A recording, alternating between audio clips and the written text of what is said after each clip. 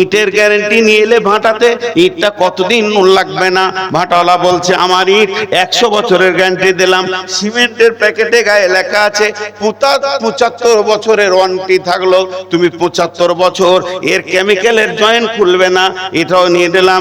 1 নম্বর black stone নিলাম, যেটা পাকুড়ের ভালো পাথর আনলাম, আর সুন্দর বালি, অজয়ের মিষ্টি বালি হাজির করলাম। সবগুলো দামি হলো, কিন্তু যে জমিনের উপরে ঘরটা বানাবো, জমিনওয়ালাকে একবার জিজ্ঞেস করি তুই জমিনটা কতদিন রাখবি? কে বলবে? কে বলবে? আল্লাহ রাসূল বলছেন বিসমিল্লাহির রহমানির রহিম, লা তাকুমুস সাআতু ফিল আরদি হাত্তা ইউকালা আল্লাহ। অতদিন পৃথিবী ধ্বংস হবে না, অতদিন পৃথিবী মরবে না, অতদিন পৃথিবী ফাটবে না, অতদিন পৃথিবী নষ্ট হবে না, যতদিন পর্যন্ত এই পৃথিবীতে একটা পাক্কা ইমানদার আল্লাহ বলনেওয়ালা থাকবে। তার মানে একটা আল্লাহওয়ালার কত দাম, একটা মুমিনের কত দাম, একটা মুমিন কত মূল্যবান, যার মুখ পানে তাকিয়ে আল্লাহ সূর্য তুলবে, সূর্য ডুবাবে, পাখি গাইবে, মৌসুম চেঞ্জ হবে, শীত গ্রীষ্ম চলবে, রোড চলবে, প্লেন উড়বে, নদী বইবে, সব কিছু হবে, জমিন ফসল ফলবে। যেদিন আল্লাহওয়ালাটা থাকবে না, পৃথিবী ধ্বংসর কবলে চলে যাবে।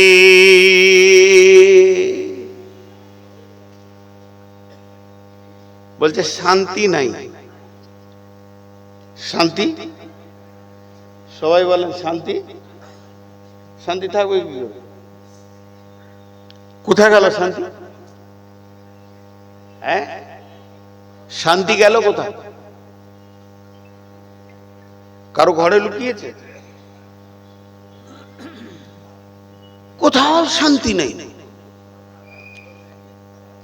কোথাও শান্তি নেই। পৃথিবীটা উত্তপ্ত হয়ে গেছে, তাপে তাও তাও করে জ্বলছে। আপনারা ভাবছেন অন্য জাতিরা মুসলিম বাদে নন মুসলিমরা শান্তিতে আছে?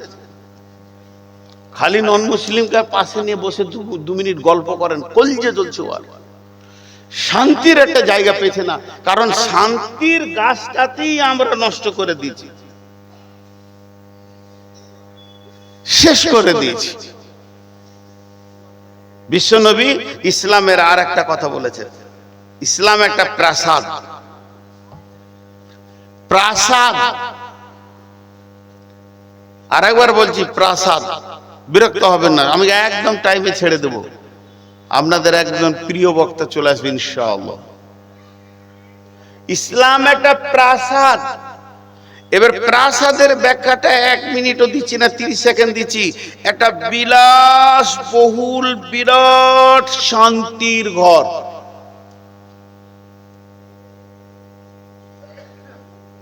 আরেকবার বলছি, বিরাট একটা রাজবাড়ি, যেটা সহজে বুঝবেন, এবং সেটা বিলাসবহুল একটা বাড়ির ভিতরে মানুষের যা প্রয়োজন সব ফিটিং।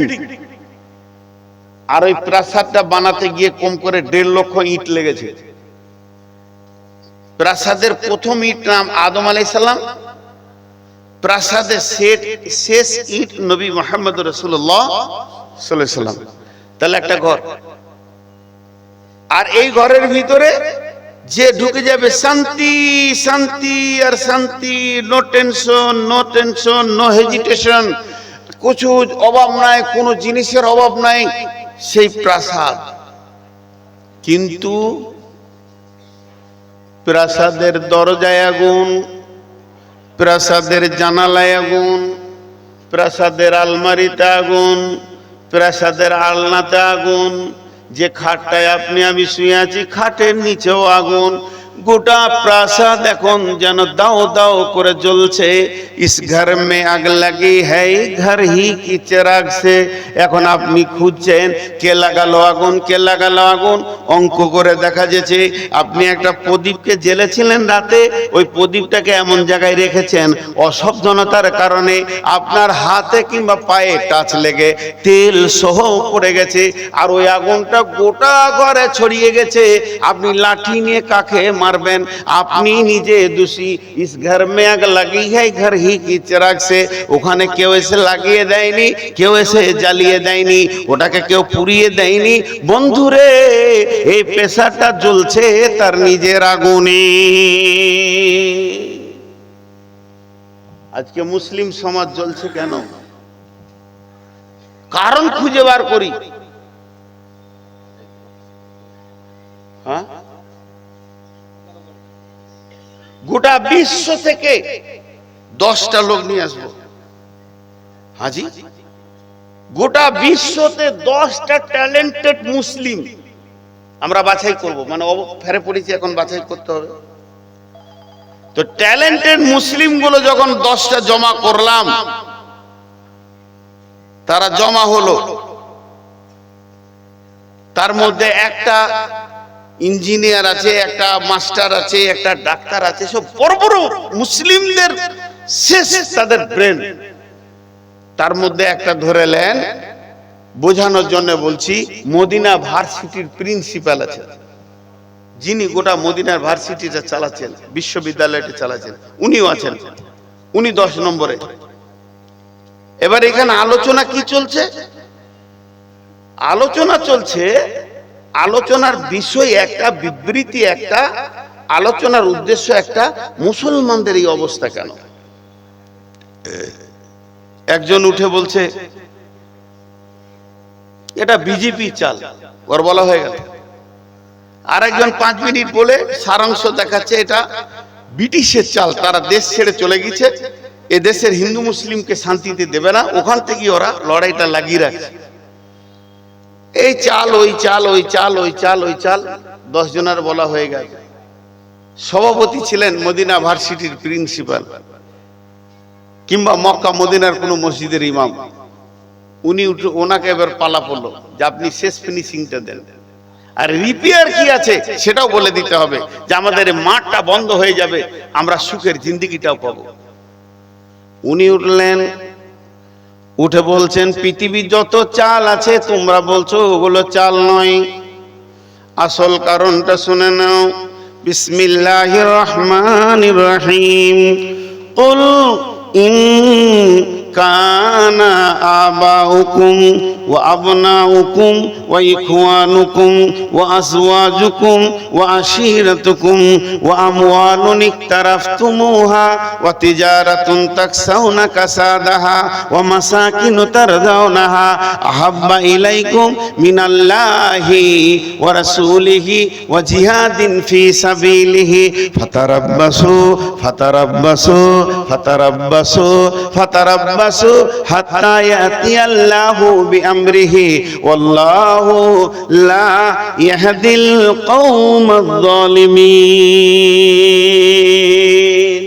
ফিনিশিং টেনে দিলেন।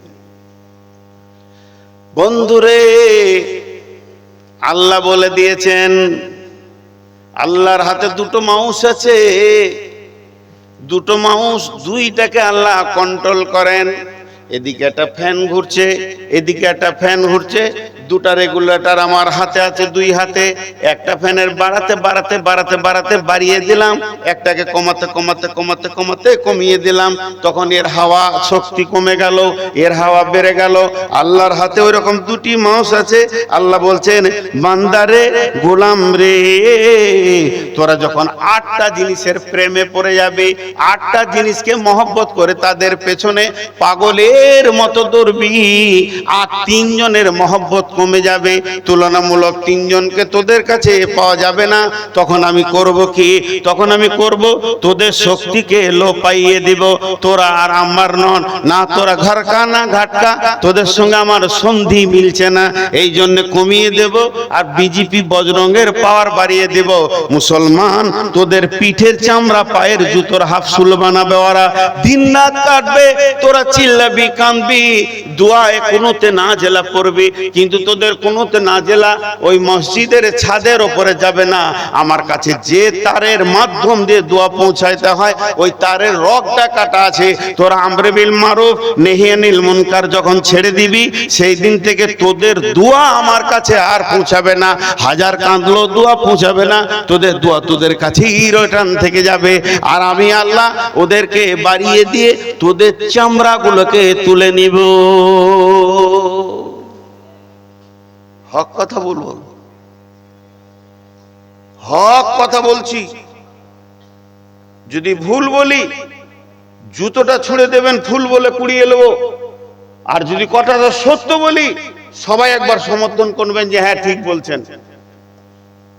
আমি যে কথাটা এখন বলতে যাচ্ছি একবার সমর্থন নেব। কি বিকর মাসা, কি ভুল, কি মাদ্রাসা।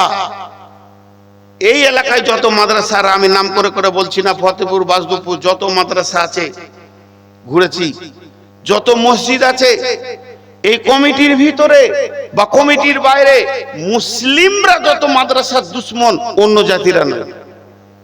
ঠিক করে বলেন। ওকে সেক্রেটারি করা হয় নাই, ওর বংশ গোষ্ঠী কিনা মাদ্রাসার লেতার মারছে, ওর একটু দরদ ব্যথা হচ্ছে না যেটা রসুল্লাহর ঘর, এখানে দিন শিখা হয়। আর এরা ইসলামের যা ক্ষতি করেছে, জি, অন্য জাতি ইসলামের ক্ষতি করতে আসেনি। একটা সত্য কথা বলেন, এটা অন্য জাতির ছেলে, হিন্দু ঘরের ছেলে আপনার সঙ্গে দোস্তি করেছে,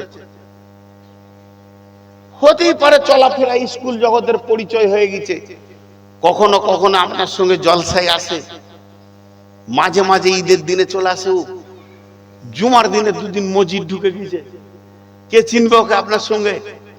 আপনার মনটা কত বড় হবে? ওরে সুবহানাল্লাহ, ও একবারে 80% হয়ে গেছে, আর 20% হলেই মুসলিম হয়ে যাবে। এইটা যদি আপনার হয়, বর্তমানে মুসলমানরা হিন্দুয়ানি চালে চলছে, তাদের ওদের মনটা কেমন হবে বলেন?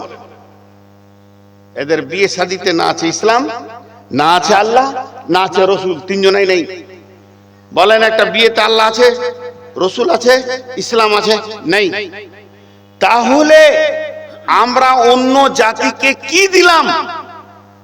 এখন যদি একটা হিন্দু এদিকে পার হয়ে যায়, একটা খ্রিস্টান পার হয়ে যাবে, একটা বৌদ্ধ পার হয়ে যাবে, একটা আর কিছু পার হয়ে যাবে, ইহুদি নাসারা এই রাস্তা দিয়ে পার হয়ে যাবে, এমনি করে উঁকি মেরে দেখবে, বলবে এটা মুসলমানদের সভা।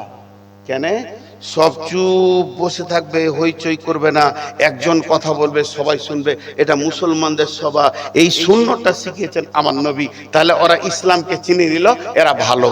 আর দুটি তাবলা হবে, হইচই হবে, এটা অন্য কোনো গান টান হচ্ছে। তাহলে ইসলামকে, ইসলাম কেমন, এটা আমরা কি দিচ্ছি অন্য জাতিকে? বলেন, অন্য জাতিকে কি দিলাম? তারা কি পেল? হ্যাঁ, একটা ইংল্যান্ডের ব্যারিস্টার, আন্তর্জাতিক ব্যারিস্টার, ব্রেনিয়ান মানুষ, সে ইসলাম কবুল করেছে। ইসলাম কবুল করে কলকাতায় এসেছে, জামাতের কথা বলছি। তো বিকাল বেলায় গাছতে বের হয়েছে, রমজান মাস, আর মুসলিম পল্লীতে 10টা-12টা ছেলে তাস খেলছে আর চপ খেয়েছে আর চা খেয়েছে। ও দেখে এসে মসজিদে চিন্তায় পড়ে গেছে, কি ব্যাপার, রমজান মাস, মুসলিমরা খায়, ও তো নতুন মুসলমান হয়েছে 2 মাস 4 মাস। এত চিন্তা করছে গভীর যে ওর কাছে আর কেউ যেছে না জিজ্ঞেস করতে যে স্যার আপনি কি চিন্তা করছেন। ইমাম সাহেব গিয়েছে, জিজ্ঞেস করছে স্যার আপনি কি চিন্তা করছেন? বলছি ইমাম সাহেব একটা কথা জিজ্ঞেস করছি, যারা নতুন মুসলমান হবে ওরাই কি রোজাতে খেতে পাবে না, এরকম কোনো সিস্টেম? না, সবারই জন্য। তো উনি তখন বলেছিলেন একটা কথা, আমি বাই চয়েস মুসলমান আর এরা বাই চান্স মুসলমান। বাই চান্স হয়ে গেছে, গতানুগতিক। ওর বাপ ছিল, নানা ছিল, দাদু ছিল, হাজি সাহেবের বেটা গাজী সাহেব, গাজী সাহেবের বেটা হাজি সাহেব, কুজি সাহেব, ও হয়ে গেছে মুসলমান। কিন্তু আসলে ইসলাম কি? আমাকে দেখবে, আমি 2 ঘন্টা আপনাদেরকে ইসলাম বুঝাচ্ছি। কেন? আমার মধ্যে ইসলাম নাই, তার জন্য ইসলাম বুঝাতে হচ্ছে। যদি ইসলাম আমার মধ্যে থাকতো তো সাহাবীদের মতো বলতাম কোন মিশলো না, আমার মতো হয়ে যাও, তোমরা আমার মতো হয়ে যাও, আমি যেমন চলবো অমিন চলো, আমি যেমন শুবো ওই রকম শো, আমি যেমন খাবো ওই রকম খাও। আমি সুজা নবী মুহাম্মদ সাল্লাল্লাহু আলাইহি সাল্লামকে নকল করে চলি, তোমরা আমাকে অনুকরণ করে চলবে, ইসলাম তোমার মধ্যে অটোমেটিক ঢুকে যাবে। এ ক্ষমতা আজকের মুসলমানের নেই। জি ভাইরা আমার, এখানে যতগুলি মুসলমান বসে আছেন আশা করি সবগুলি মুসলমান। আমি খালি একটা বিষয় ধরছি, হাজার বিষয় এরকম দেখা যাবে। যতগুলি মানুষ বসে আছেন একজন উঠে বলেন আপনাকে দাড়িটা কাটতে কে বলেছে, চাঁচতে কে বলেছে? বজরং বলেছে না বিজেপি বলেছে না শিবসেনা বলেছে না আরএসএস বলেছে? আপনার গালের দাড়িটা আপনি চেঁচে নামাচ্ছেন, এর জন্য দোষ আপনি কাকে দেবেন? আল্লাহ তাবারাক ওয়া তাআলা বলছেন আহাব্বা ইলাইকুম মিনাল্লাহি, তোদের দিলের মধ্যে আল্লাহর মহব্বত কমে যাবে, ওয়া রাসূলিহি, এবং আল্লাহ রাসূলের মহব্বত কমে যাবে, ওয়া জিহাদিন ফি সাবিলিহি, আল্লাহর দ্বীনকে বানানোর যেটা প্রচেষ্টা সেইটা তোদের ভিতর থেকে চলে যাবে। যখন তিনটে জিনিসের লোভ পেয়ে যাবে আর আটটা জিনিস কিনে পাগল বলে, ইনকান আবাউকুম, বাপের মহব্বতে পাগল, ও আবনাউকুম ওয়া ইখওয়ানুকুম, ছেলের মহব্বতে পাগল, ভাইয়ের মহব্বতে পাগল, ওয়াজওয়াজুকুম ওয়াসিরাতুকুম, বিবিকে নিয়ে পাগল, বন্ধু বান্ধব নিয়ে পাগল। টাকা খরচা হবে বাপের পেছনে, ভাইয়ের পেছনে, বন্ধুর পেছনে, বিবির পেছনে, বেটার পেছনে, আর খরচা হবে অট্টালিকার পেছনে, গাড়ি বাড়ি চাকরি বাকরি ব্যবসা বাণিজ্য নিয়ে পাগল, আর যে অট্টালিকাটা বানিয়েছো সেইটা নিয়ে পাগল। এই আটটা জিনিস নিয়ে যখন তুমি পাগল হয়ে যাবে, তোমার কাছে তিনটে জিনিস ভিখিরির দরজায় পৌঁছে যাবে। একটা হলো বিকর্মাশা, এইরকম যত মাদ্রাসা আছে এগুলো ভিখিরির দরজায় পৌঁছে যাবে। আহাব্বা ইলাইকুম মিনাল্লাহি, আল্লাহর প্রতি মহব্বত তোমাদের কমে যাবে, ওয়া রাসূলিহি, রাসূলের উপরে মহব্বত কমে যাবে, ওয়া জিহাদিন ফি সাবিলিহি, এবং দ্বীনকে আগে বাড়ানোর মহব্বত কমে যাবে। আল্লাহ এখানে একটা কথা বলছেন, ফাতারাব্বাসু ফাতারাব্বাসু ফাতারাব্বাসু ফাতারাব্বাসু হাত্তা ইয়াতি আল্লাহু বিআমরিহি, অপেক্ষা করো ততক্ষণ পর্যন্ত যতক্ষণ পর্যন্ত আল্লাহর হুকুম না এসেছে। আল্লাহু লা ইয়াহদিল কওমাল ফাসিকিন, আল্লাহ ফাসিক কওমদেরকে কোনদিন রাস্তা দেখান না।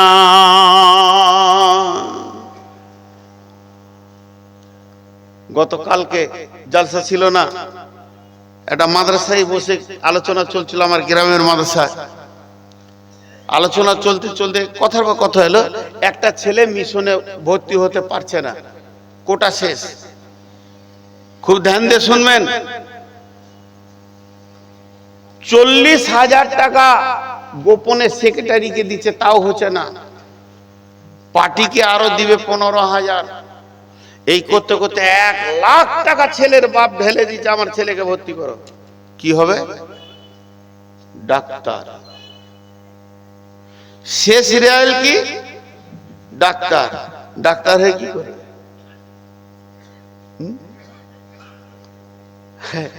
ঢাকাতে একটা হসপিটাল ওপেন করেছে, বিরাট হসপিটাল, পাবলিক হসপিটাল।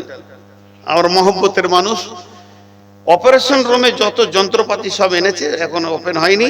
আমাকে বলছে আপনি চলেন দোয়া করবেন। তো আমি গেলাম, 2-3 জন ডাক্তার আছেন, আর হসপিটালের লোক আছে, 2 জন শেখুল হাদিস ছিলেন, ওনাদেরকেও দাওয়াত দিয়েছেন, আমিও আছি। অপারেশন যেখানে হবে ওখানে গোল করে দাঁড়িয়ে আছে। আমি বললাম দোয়া কি করব? আপনি বলেন দোয়া কি করব? দোমনা মার্কেটে সকালে সবাই দোকান খুলে, আর দোকান খোলার সময় বলে আল্লাহ আমার খরিদ্দার বেশি দাও। কাপড়ওয়ালা, ফলওয়ালা, রসগোল্লাওয়ালা, মিষ্টিওয়ালা, হার্ডওয়ার্সওয়ালা সবাই বলে আল্লাহ আমার খরিদ্দার বেশি দাও। আর যে ওষুধের দোকান খুলে আর ডাক্তার চেম্বারটা খুলে খরিদ্দার বেশি দাও বলে, এই দেশের কি অভিশাপ লয়? তার মানে লোককে রোগ করে দাও, দেশের অভিশাপ লয়? জি, এরা তো এদের বদবতি তো যত ঝামেলা, এরা খরিদ্দার চাইছে বেশি। তো আমি ডাক্তার, দুজন ডাক্তার ছিল, ওদেরকে বললাম, বলেন এর উত্তরটা আপনার কাছে কি আছে, এর সদুত্তর আপনার কাছে কি আছে? আমি একটা ছেলে বর্ধমানে মেডিকেলে চান্স পেয়েছে, 6 বছরের কোর্স তখন ছিল, এখন মনে হয় 8 বছরে করেছেন, 5 বছরে করেছে, আল্লাহ জানে। ওরা 1 বছর বাকি আছে। ওকে বললাম তুমি অন্য কোনো পেশা খুলে পেলে না, আইএসআই অফিসার হতে পারতে, ইঞ্জিনিয়ার হতে পারতে, ডাক্তারি করতে গেলে কেন?